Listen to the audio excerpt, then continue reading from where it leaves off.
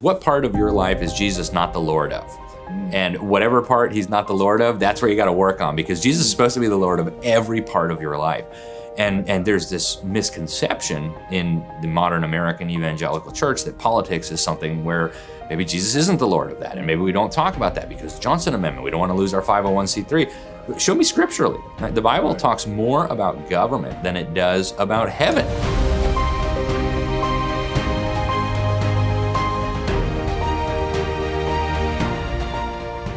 Hey there, welcome to Renew His World. I'm your host, Carmen Lindsay. Thank you so much for joining us. If you've ever felt like there's got to be more to my Christian experience, more significance, more joy, more meaning, more hope, you're absolutely right. This show and all of our content is about helping you discover your true identity in Christ Jesus and God's ultimate purpose for you on the planet. And when you see it, when you recognize it, you're going to absolutely love it and love life like you never thought possible. Each week, we're going to sit down with pastors and authors and guest speakers to learn how every believer can rise up with clarity and with courage to bring renewal, not just in our hearts and in our minds, but in our cities, even our nations.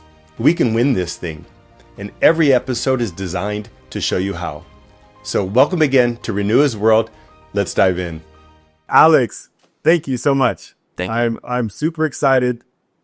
Everybody, this project is like, I found myself on a quest asking, how do we save America, right? How do we, biblically, how do we do it? I know the answer isn't politics. It's got to be something bigger than that. How do we do it? And so one of the things that became very clear is, it sounds a little dark, but you have to understand the enemy. Like that seemed very clear from scripture. It says, don't be ignorant of his devices. Resist the enemy. When I began to say we need to attack this, we need to have this understanding, everybody was like, you got to have Alex Newman. You got to have Alex. Everyone was like, you got to have Alex Newman. So I'm honored. Thank you. You're the enemy expert. I don't know if your children, your wife knows this, but you are the expert on the enemy. I read your book, Deep State. But first, I'd love just to kind of step back. How did you become what you're doing now? Maybe give us a little background, how you grew up, where you grew up. Sure. Well, thank you. And it's an honor to be here. Really appreciate what you're doing. It's a very sorely needed project. So I'm really glad you're working on it, and I'm humbled to be a part of it. So my background is unique and interesting. When I tell the story of how I got into journalism, people ask me that a lot. And I start off by saying, well, it seemed like an accident. I wasn't good at anything. I had gotten kicked out of high school. I was a big mess.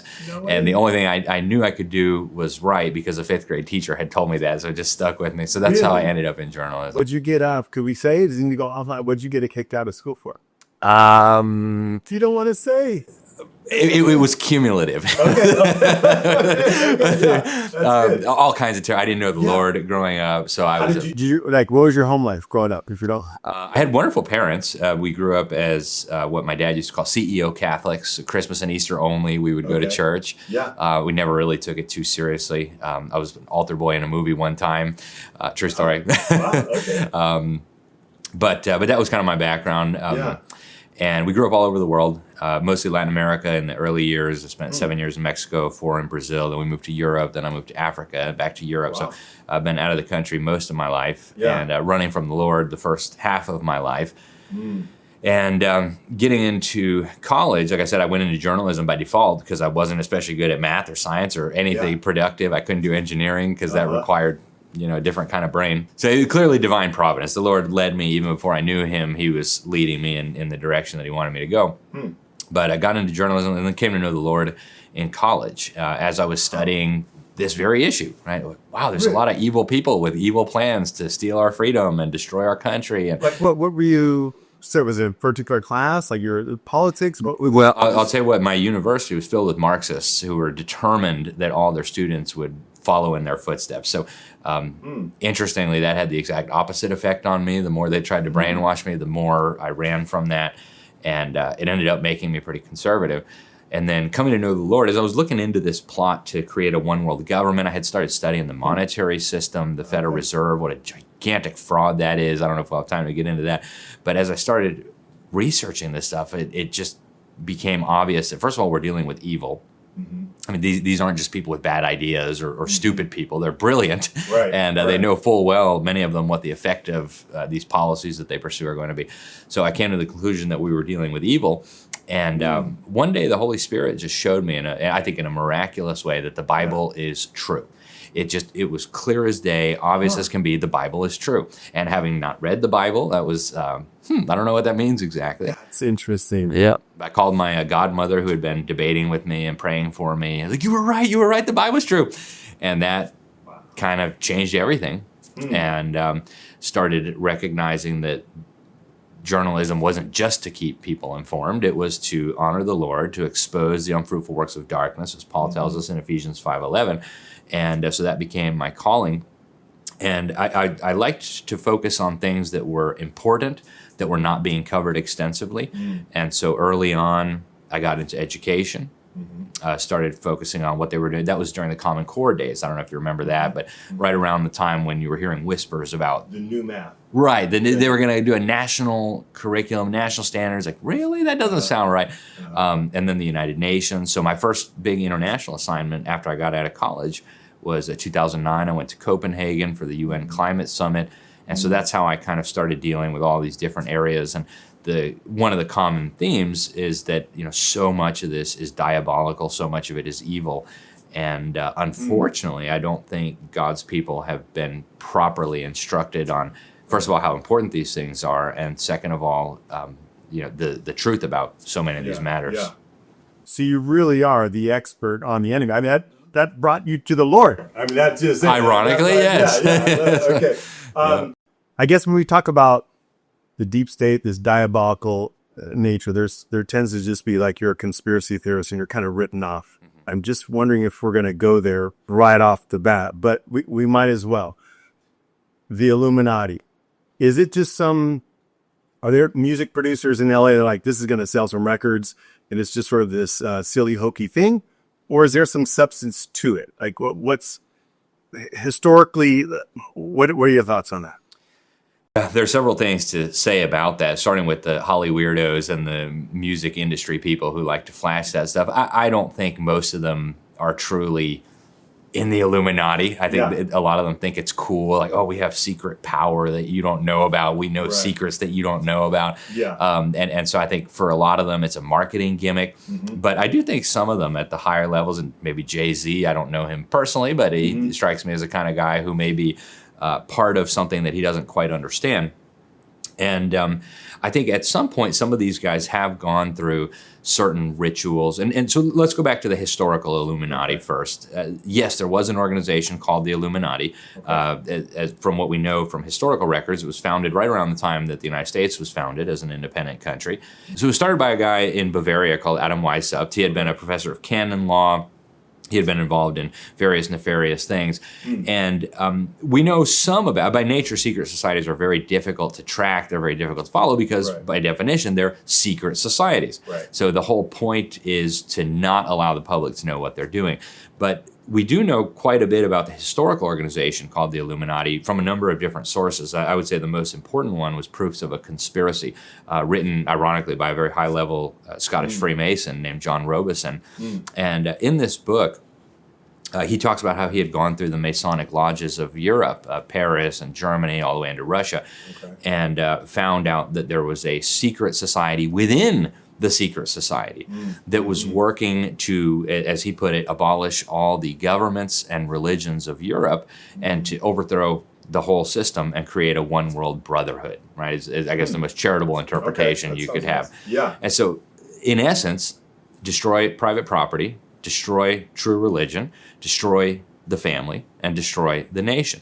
It's a nice brotherly love there. That was their main tenet. The main tenets of the Illuminati then was to destroy all those. Yes, and to bring about at least what they portrayed as like a one world utopia, where man would no longer be divided by nation or by tribe or by tongue. And of course, we got to go back to the Bible here. It was God's idea actually to divide mankind into nations. It was God's idea to establish the family as the organizing unit of society. So it was God's idea to establish private property when he said, "Thou shalt not steal." Yes. And so the Illuminists, led by Adam Weishaupt, and they were corresponding corresponding with each other, they would use secret names like Spartacus and old Roman names. I think there was a real nostalgia for the old pagan Roman Empire, right, where sexuality was understood radically differently, orgies were commonplace. There was this sense among the Illuminists that Christianity was oppressive, that it was holding back human development, and that it needed to be destroyed. And so they started infiltrating the Masonic lodges of Europe. And according to John Robison, their first huge success was actually the French Revolution. So they kick off the French Revolution, and this is all dealt with extensively in the book Proofs of a Conspiracy. And what was the fruit of the French Revolution? Right? The Bible tells us, by their fruit ye shall know them. What was the fruit? Massive bloodshed, ruthless persecution of Christians, destruction of civilization, mass murder writ large, torture. Over rivers of blood. When I read literally from the guillotines, like there's beheading right and left, right? And ironically, some of the revolutionists ended up beheaded too. They would have stakes with like people's heads on them. I mean, it's like heads are literally rolling everywhere. I was blown away when I read about the French Revolution. It was their big success, right? They were overthrowing the government. They were overthrowing, and to give you a sense of how much these people hated God, like they couldn't even tolerate a 7-day work or a 7-day week anymore. It had to be a 10-day week because 7 days, of course, comes out of the book of Genesis. And God created the world in 6, rested on the 7th. We're going to abolish all those vestiges of Christianity. We're going to change the dating system, everything. We're going to put a prostitute in Notre Dame Cathedral. You can worship her as the goddess of reason. So it was really a re-paganization, a destruction of the old, and then a build back better, to use some modern terminology. Even what they would call each other, they didn't want to call each other like sir or have the distinctions of any authority. We're all sort of equal, the same. It seems like anything that was Christian related, like get rid of it. Absolutely. Yeah, behead the priests, destroy the churches, or repurpose them to become temples for worshiping, for example, the goddess of reason. They talked a lot about reason as if these things were reasonable. So really, really ruthless and really, really vicious. Hatred of Christianity, like this. That was the defining trait. Yes. Eventually, the other European governments started getting wind of what was happening and started trying to suppress this operation. And so a lot of it went even further underground. And again, by nature, secret societies are very difficult to track because they're secret. So we don't know exactly who went where, what happened. But we do know that in less than a century, a lot of these ideas resurfaced again in the form of what we call Marxism today. The ideas of Karl Marx, outlined in a series of books, Das Kapital, the 10 Planks of the Communist Manifesto. And what a lot of people don't realize is there was a secret society behind Karl Marx and Friedrich Engels called the League of the Just. And so, as far as I know, we don't have evidence directly connecting Karl Marx to the Illuminati, but you can just see it's so clear, the similarities between what the Illuminati was working toward and what the Marxists were later working toward. Destroy the family, destroy marriage, destroy nations, destroy religion. Mass murder is an acceptable tool to accomplish those things. Core tenets of the Illuminati were Karl Marx's core tenets. Absolutely. And they were Satan's core tenets. So, if you go back before the Illuminati, people say, well, when did the conspiracy start? And I guess here we should pause for a minute because the word conspiracy has become so demonized, people don't even know what it means anymore. So just, if you pick up any reasonable dictionary and look up the word conspiracy, it means 2 or more people working in secret for illegal, immoral, or nefarious intent. So there are conspiracies all over the place. Nobody's surprised when the Department of Justice charges a group of businessmen with conspiracy to fix prices or to suppress competition or whatever. But suddenly when we add politicians to the mix, we say, oh, they wouldn't conspire. I mean, that's preposterous. So conspiracies, and the Bible records many conspiracies. By definition, the Illuminati, they were even explicitly saying we're conspiring. Right. And they used a bizarre system where only the inner core had the true knowledge of what were the end objectives. And so people would be given more light, as they called it, more light as they moved up the ranks. And once you got to the point where they suspected, oh, well, if we tell him more, he's going to realize what we're really up to and he's not going to like it. Well, you stop where you are and then you think you know everything. And a lot of secret societies exist today that operate on those principles. Kind of a Masonic thing, like the 33rd. Yeah, well, you move up and from a Christian perspective, I do think it's strange that somebody who calls himself a Christian could take an oath that they're not going to reveal what they're told. I mean, you don't know what you're going to be told yet, right? You don't know what you're going to be participating. So So I've always thought that was strange. And where exactly this started, I don't think is as relevant as the fact that if you go through the Bible, if you go all the way back to the book of Genesis, back to early on, the Tower of Babel, you have people refusing to submit to God's instructions. God said, be fruitful and multiply, you spread out over the face of the earth. They said, no, we're just going to stay here and build this tower. And that thread has run through all of human history. If you go back to the Roman Empire, there were a never-ending assortment of cults worshiping different deities. And when Rome eventually became Christian under Constantine, or at least took on Christianity as the official religion, a lot of those cults over the next 100 years or so were forced to go underground. And so they became secret societies dedicated to worshiping some pagan deity that, of course, the Apostle Paul has labeled demons. And so, was Adam Weishaupt the first conspirator to think, let's overthrow all of God's precepts and instructions for man? It's almost certainly not, but he was a very important one. You briefly mentioned Psalm 2, and that's the image that comes to mind, is that where it says, let us they saw God's laws, submission to God, as oppression. They saw God's, the Ten Commandments were just being, as sort of shackling them. And so in Psalm 2, it says, let the kings of the earth gather together and sort of break their bonds, right? Break the shackles of God. There is that same where it seems, you mentioned the Tower of Babel, that when you have a people who want to unite, but they're not submitted to God, that God uses division to break up that sort of unholy alliance. So Marxism and the Illuminati, we have this kind of mirroring. Their core tenets, hatred of Christianity, morality, family. We treat Marx as sort of this he's politics, and we don't talk about politics in church. What was Marx trying to accomplish? Is he trying to make the world a better place, or? That's what your college professor will tell you. And that's what your school textbook will tell you. That he believed in equality and fraternity, all those things from the French Revolution. But the reality is, Marx was, I think, consciously in league with Satan. And I think I read a lot of books about Marxism over the years. I became fascinated by Marxism, especially as somebody who really is obsessed with economics. I taught economics for 12 years. I think it's an incredibly important discipline. Marx was not an economist, and Marxism is not an economic ideology. The best you could say about that is that an economic ideology is the smokescreen to conceal what I think can be variously and accurately described as a criminal conspiracy or a diabolical conspiracy to overthrow God and his precepts and his rules and his morality. So you look at the things that Marx called for, and he was pretty transparent about what he was calling for. Get rid of private property, right? Hugely significant. Well, it was God's idea to order economic relations between human beings with private property. Very, very simple. Thou shalt not steal.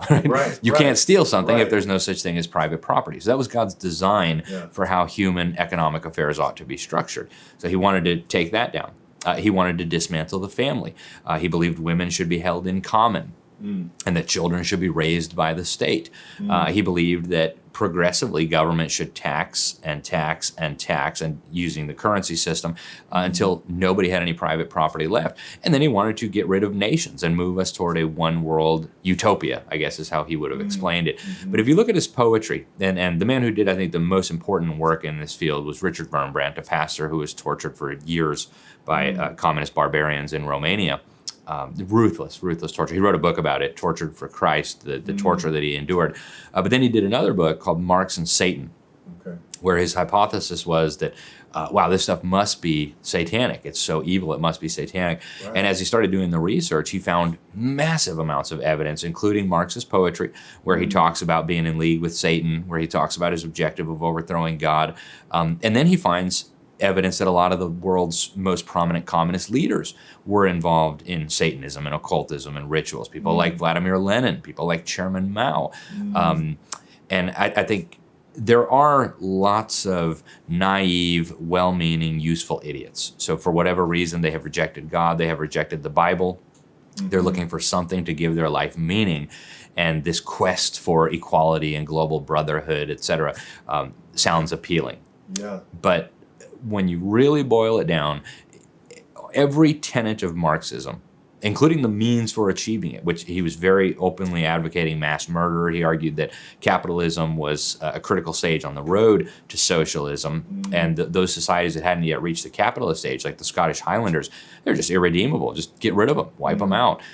So you look at all that, and I don't see how you can not see the parallels with the operations and the ideas that come from Satan. What role then does the church, if this is a spiritual thing, well, not even economic theory, what role should the church have in educating and speaking on these issues? That's something that I've preached on in churches across the country, and I think it's really problematic when pastors and elders in churches say, "Well, that's politics, therefore we don't talk about that." I have a friend who does the Liberty Pastor Summits, and I've taught at all of those. And he always starts off with something that has stuck with me. His name is Paul Blair, a former NFL player, actually in Oklahoma. And he always says, "What part of your life is Jesus not the Lord of?" And whatever part he's not the Lord of, that's where you got to work on, because Jesus is supposed to be the Lord of every part of your life. And there's this misconception in the modern American evangelical church that politics is something where maybe Jesus isn't the Lord of that, and maybe we don't talk about that because Johnson Amendment, we don't want to lose our 501c3. Right. Show me scripturally. Right? The Bible talks more about government than it does about heaven, right? Obviously, God thinks government is important, and God explained to us why he instituted government. He explained to us how government should function. He explained the Christian understanding of government. And one of the reasons we're in the mess that we're in today as Americans is because the pulpits have been silent, largely, for over 5 decades on this critical thing. So if the pastors aren't teaching their congregations from the Word of God what the purpose of government is, to start with, what are the people going to conclude? Well, whatever we feel like, right? And God told us what the purpose of government is. It's to punish evil. It's to suppress evil. So government actually has a very important role to play in God's design. We know that he describes man as desperately wicked. The heart of man is desperately wicked. We are sinful. We are fallen creatures. And so some institution needs to suppress the innate sinfulness of man, or we'd have a bunch of robbing, murdering, and stealing completely out of control. Right. So government must stop those things. And if you look at Marxism, it is institutionalized sin. It's not just thou shalt not steal. We're going to steal everything, right? It's not just thou shalt not murder. It's, well, we're going to murder anybody who stands in our way. So on every point, the Bible addresses these questions. And if the Christians of the world, and in particular America, aren't informed about these things, it becomes very easy to mislead them. If you don't know what the purpose of government is, and your college or high school government teacher says, well, the government should give you health care, the government should educate your children, the government should redistribute your wealth, you don't have any point of reference to know whether that makes sense or not.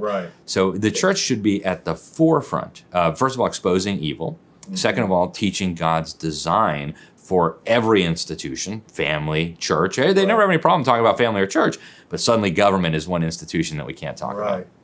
Starts at self-governed. Right? I should govern myself. Family government, church government, local government, federal government. So that is just, so we sort of just sweep it all in and kind of expect this federal government to do kind of all these other roles because of we lost kind of self-control, family, church government. We locked the role of church, the family. So everything is now just going to, we need this kind of big central government to do it all. Yeah. And I think that's one of the reasons why Marx was so adamant about attacking the family and the church, because those institutions were perpetuating a system where government could not expand indefinitely, right? Because kept it in check. Yeah, the family had a sphere, the church had a sphere, the government had its sphere. But we're now at a point where families are collapsing. The church has really lost its voice, if we want to be charitable, right? It's more of a social club now. We go there for the smoke machines and the feel-good experience more than the learning from the Word of God, how we are to think about things, how we are to act. And then that leaves the government to then pick up the pieces. And so the Bible tells us what government should be doing, and of course, by definition, then what it should not be doing. The Constitution does the same thing for the U.S. government, but your average American doesn't know what that says. And you're right. Now we have government that has intruded into areas where it never should have been in the first place. In fact, a lot of the principles of Marxism have been adopted in the United States, and at least a very significant segment of the population, not just thinks that's okay, embraces that and supports that. So, and it all goes back to this ignorance that I think the church bears a large amount of responsibility for allowing that ignorance to be perpetuated. To me, it's a brilliant diabolical plan for control, right? Take away all their money, tell them they don't need money, right? I mean, you're dependent on somebody. If you don't have any money, you're completely dependent. Yep. Take away that family bond, the church bond. And on that same topic of kind of what things the church, I think, should be talking about, immigration policy is almost this, it's another thing where it's like, why should the church be talking about that? This is immigration. It's just a political thing. So the subject of immigration is something that's near and dear to my heart. Most of my life, I've lived as an immigrant in 8 different countries on 4 different continents. So I know what it's like to be an immigrant, and I appreciated being welcome to different countries. I'm married to an immigrant. My wife is from another country. So I have no particular animus against immigrants. And I think for Americans, it's a little bit harder to understand this because we do live in a country that's very, very unique.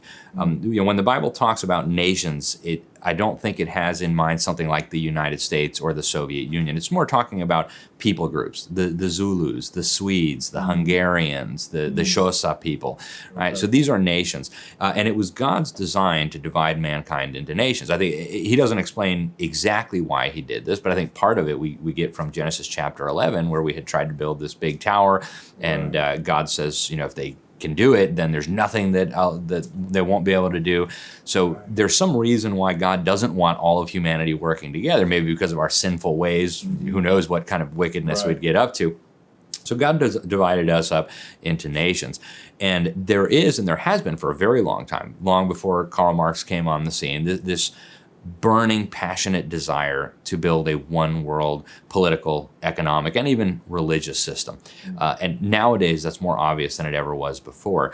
And so when you look at the mass migration that we've started seeing over the last decade, and that I think is going to accelerate radically in the years to come, we need to see it through, I think, first of all, a biblical lens. Second of all, through the lens of those who want to destroy the nation, who want to abolish even the concept of nation, the division that exists between mankind.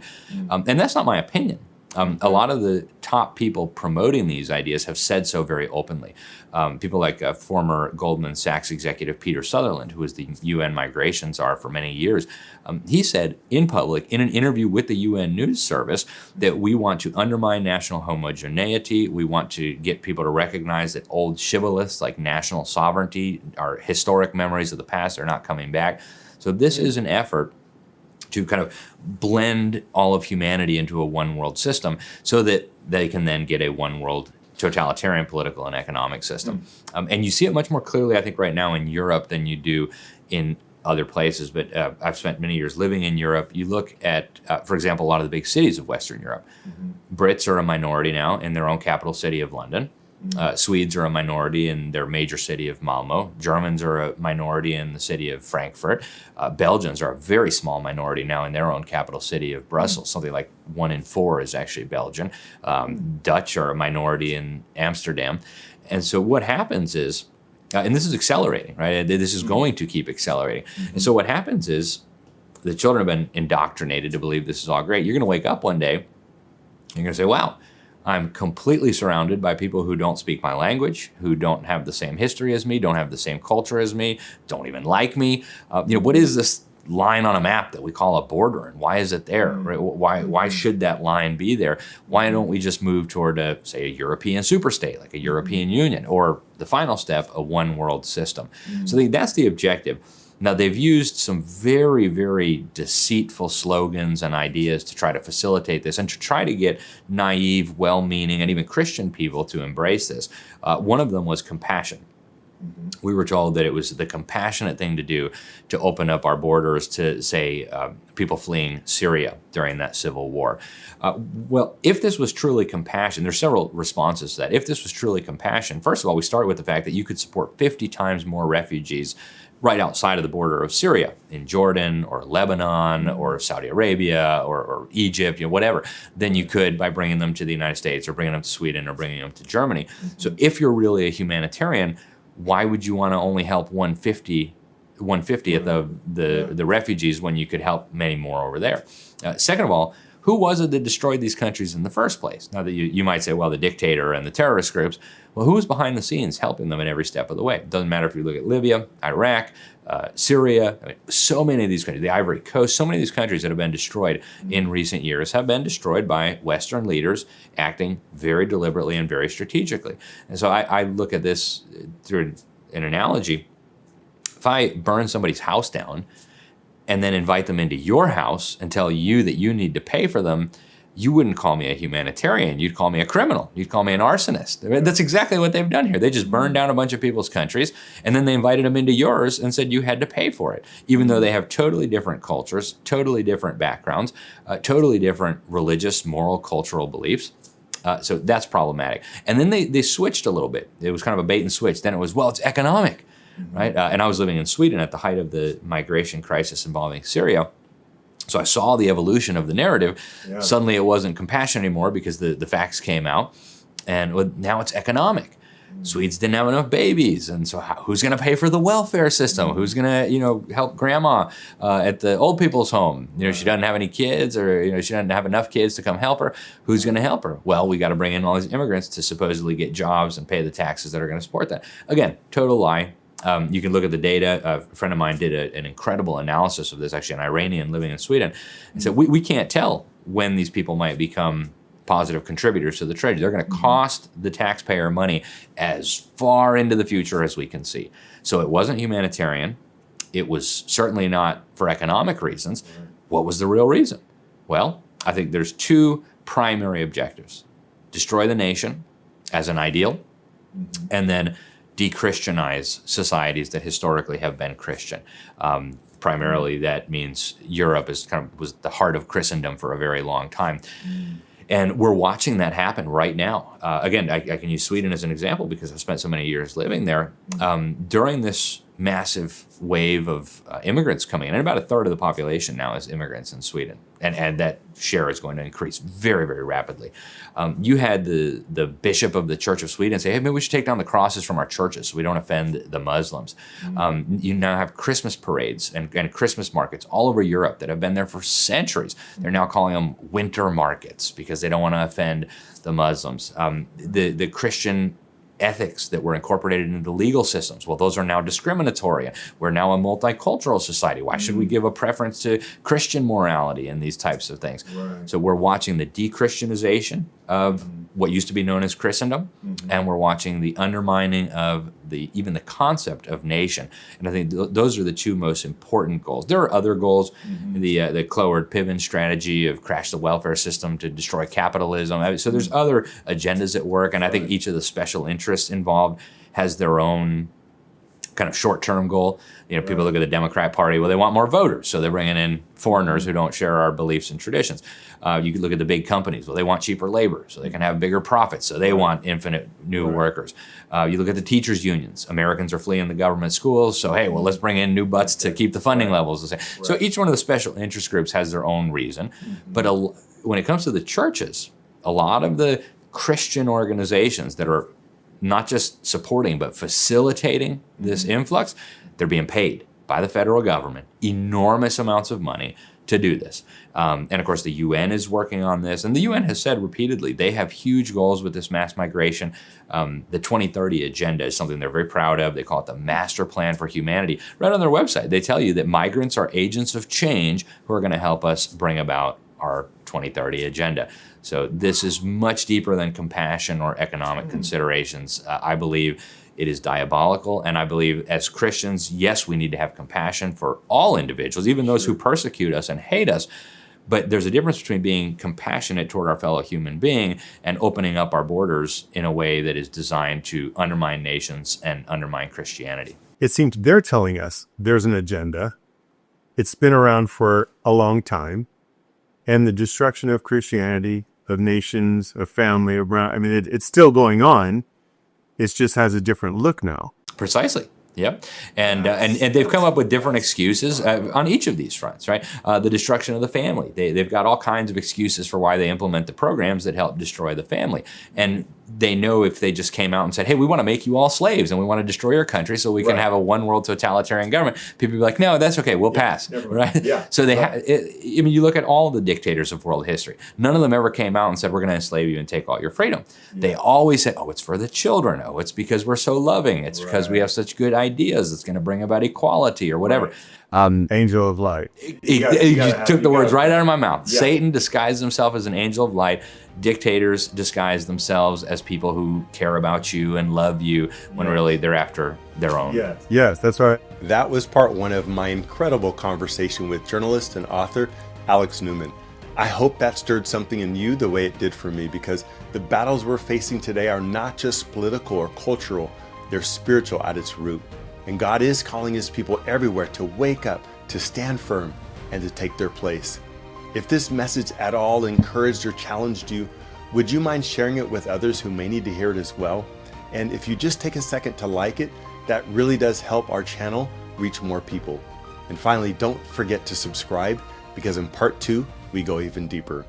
Until then, stay rooted in the Word of God, stay courageous in the Lord, and let's renew his world together. Brought to you by thepodcastupload.com, empowering faith-driven voices.